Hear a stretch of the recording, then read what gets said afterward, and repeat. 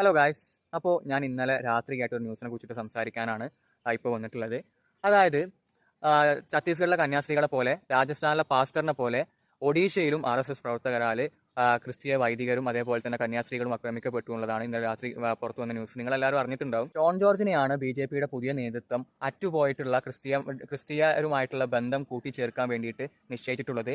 അതുമാത്രമല്ല, സംഘപരിവാർ സംഘടനകളുടെ പ്രതിഷേധം ശക്തമാകുന്ന സാഹചര്യത്തിൽ രാജീവ് ചന്ദ്രശേഖർ അവരെ പോയി കണ്ട് ഇനി ഇങ്ങനെ ഒരു പെട്ടെന്നുള്ള ഒരു റിയാക്ഷൻ ഒരു കാര്യത്തിൽ ഉണ്ടാവില്ല എന്ന് അവർക്ക് ഉറപ്പ് കൊടുത്തിട്ടുണ്ട്. ഒരു സൈഡിലൂടെ ഈ ക്രിസ്ത്യാനികളെ അടുപ്പിക്കാൻ ശ്രമിക്കുകയും അതിന്റെ അപ്പുറത്തെ സൈഡ് കൂടെ അവരെ ആക്രമിച്ച RSS ഒരു സംഘപരിവാർ സംഘടനയാണ്. അതായത് ആ സംഘടനയെ ഇവരുടെ കൂടെ നിർത്തുകയും ചെയ്യുന്നുണ്ട്.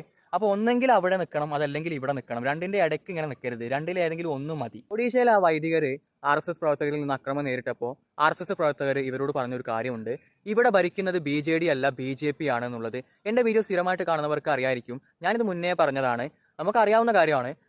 പിന്നെ പുതുതായിട്ട് കാണുന്നവർക്കുണ്ടെങ്കിൽ ചാനൽ കയറി നോക്കിയാൽ മതി, അത് മനസ്സിലാവും.